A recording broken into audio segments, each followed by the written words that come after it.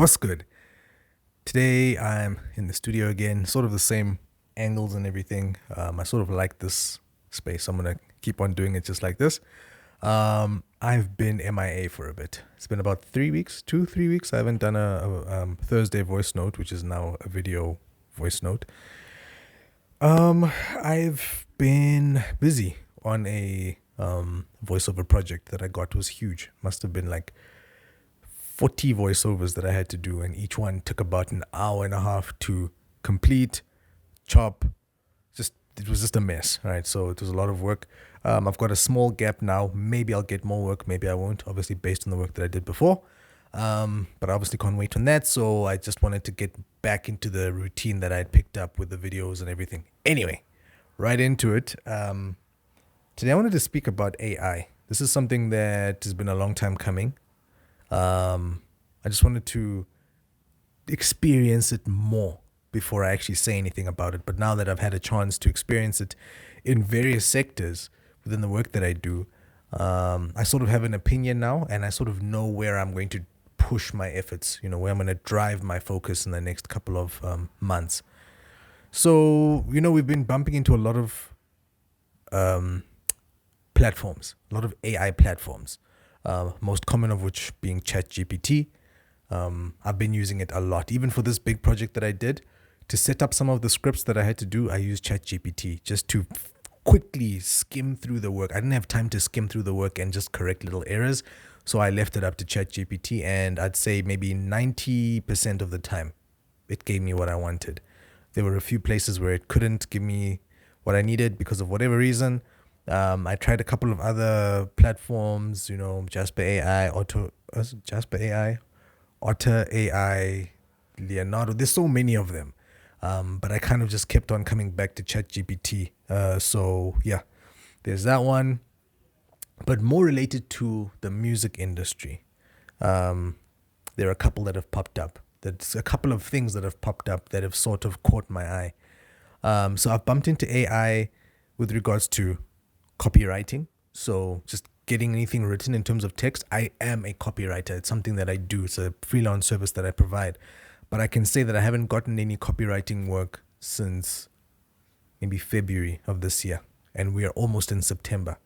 And I know that that's purely down to sure the market is becoming more and more saturated. But the moment ChatGPT came about and all these AI writing services came about, more and more people are either using it themselves, and more people are offering it as a freelance service.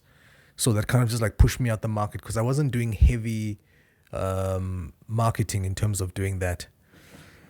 So yeah, I was pushed out the market there with regards to the voiceover work that I'm doing. People have told me that with voiceover, that's also going to be taken over by AI. Look, voiceover and voice synthesis has been something that has been used for the past, I don't know how many years now, past decades, but it's just always sounded so bad. It's sounding better now. It's sounding a lot better than it used to, but there's still certain things that an automated or an auto-created voiceover will not be able to do.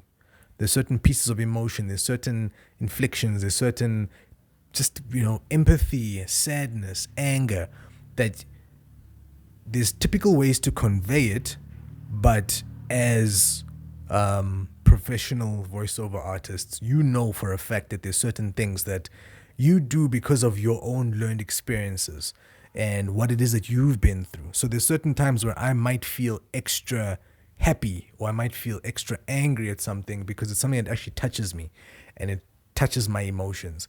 And that's where I feel like I don't think AI is going to get to just yet. They've gotten very close.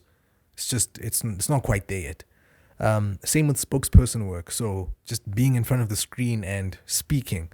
What people have done is they've just, with all the deep fakes that are now out there, where you just create a script, place it into an app, and then the app just creates an entire video for you where someone is saying what you've written down. That one's been a bit scary because it sometimes looks very realistic until they tell you it's a deep fake and you're like, actually, there's a certain lifelessness, and you start to pick it up. There's a certain lifelessness in that person's, in their avatar, but it's very, very, it's close. They are close.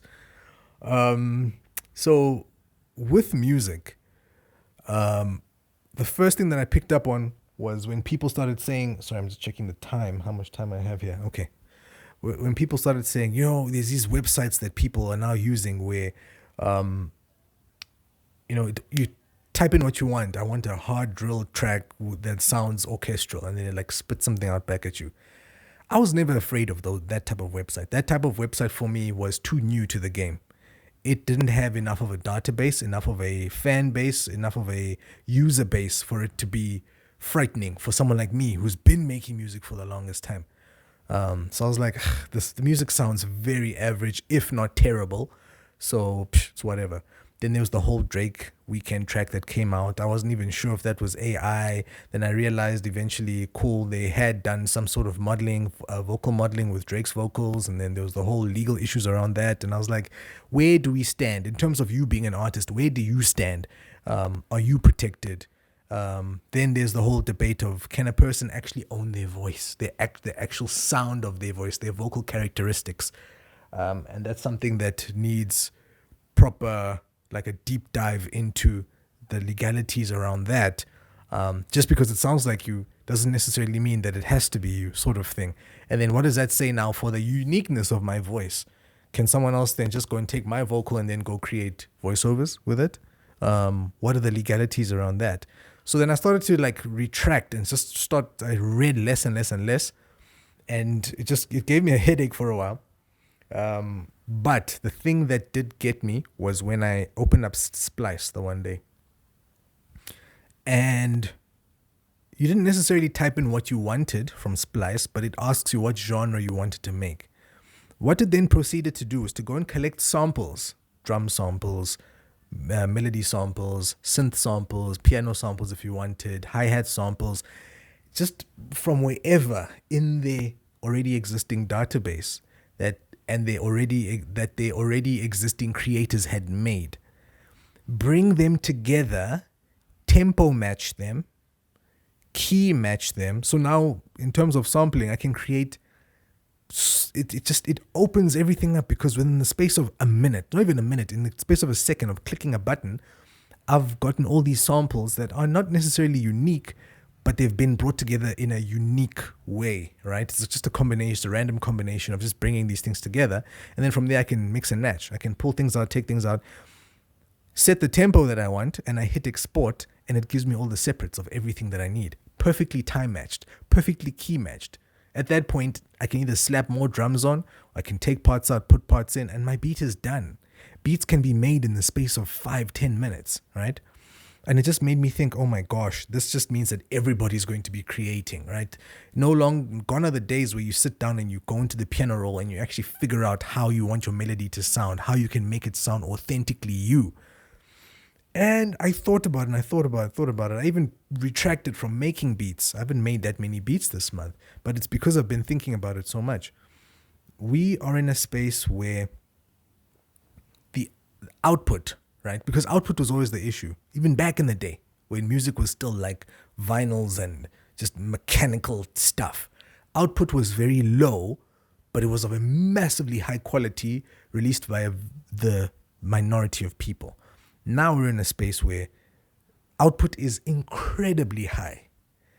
Everybody's making music, and the lifespan of a song can be days. You listen to a song, all of a sudden, unless it's a super viral hit that keeps resurfacing, you're not going to hear much about that song maybe a week or two after. There's big songs from this year. We're in September now, and there's songs that I remember were released this year, but I don't hear them anyway. I have to go and seek them out to hear them.